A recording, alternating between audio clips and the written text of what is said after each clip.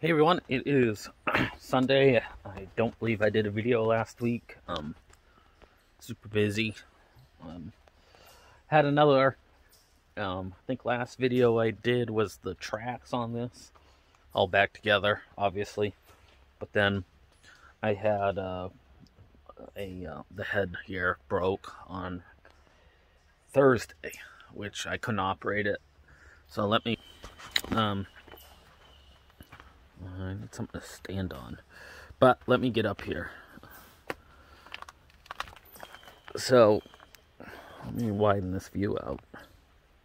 There we go. So this was a common, well, it's all different now, it's fixed, but this was a common spot on these heads. They're just really underbuilt. So basically, I'll put a picture in here and show you guys right here. All right, so you saw that was cracked all the way across here. And I could have boogered it up and probably got it to work, but I didn't want to do that. I wanted to fix it right. And in order to do that, I need somebody that's, you know, obviously more qualified than me. I can weld and I can fix stuff, but I probably wouldn't have done it this way. So Don, the guy that I have tackle these projects, is probably the most talented fabricating, welding, fixing guy that I've ever come across. Nothing he touches will ever break again. So he welded it under here to where it cracked, which I can't weld vertically. And then he came out Thursday when it broke, and he brought cardboard or something and made a template. And basically this whole thing, the whole top of this is he put a whole plate on top. What I mean by that is the original thickness of this was what you see right here, this part. And of course that's where the weld is, but he put a plate, he doubled the thickness. And he cut it all out. The only thing that was the same thickness was right here. You can see that weld. That section behind the knife was that thick. But this whole piece here, he pre-cut it, all these pins out and these holes, and to fit around that hook, and did the whole side. So pretty impressive what he has done. And you can see there, that was their precautions for fire. And then it was cracking in here as well. This is another common spot, and I put a little weld in here and it didn't hold, probably because, you know, that top was flexing. So anytime that cracks, because there's so much force pressing out on here and it's underbuilt, it flexes it, pushes this out until it finally, like I said, on the other side, it broke it completely off. This was starting to crack, but it didn't. This side didn't break. So,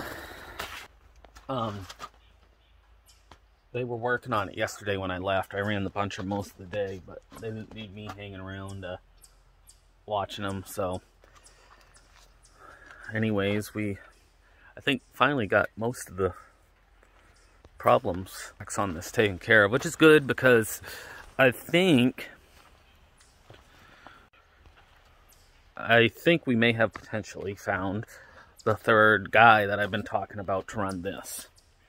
So that's pretty cool. I hope it works out.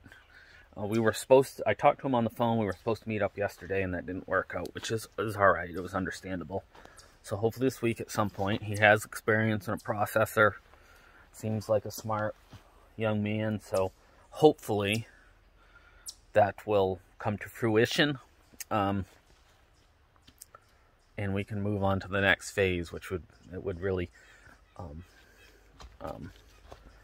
change a lot for Wes and I, which is a good thing. It would free up me. I could eventually pick up another crew to lay wood down for, so we'll see what happens.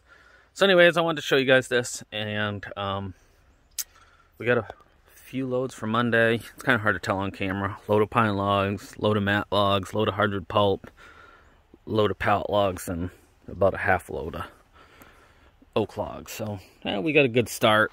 It was a little dry at the end of the week with this issue, but you know, like I said earlier, it's tough when you're a contractor in logging because time is so crucial. And it's something I definitely wouldn't have done when I was younger. But now, I really feel, it actually makes me feel good to know that this is done right and it won't break again. So I can put somebody in it and they won't be having troubles with that. So anyways, and I talked to the new 50 or Weilers, they have a toolbox here. And Don kind of was like, well, what about if we put something right here? And he was measuring. This is as low as the main boom comes down.